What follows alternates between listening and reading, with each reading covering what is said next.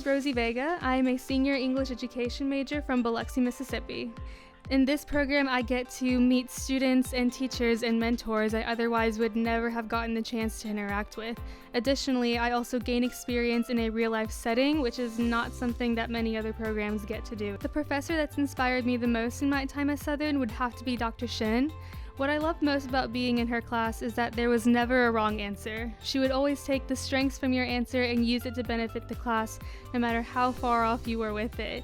And that's something that I still use day to day in my own classroom to help promote morale.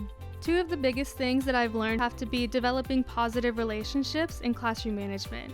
From my professors to in-class situations, I get detailed examples each and every day about how to be the most effective teacher that I can be for my students and how to work collaboratively on a team. I get to make others want to learn to grow, despite whatever strengths they have, despite whether they shine or not in my classroom.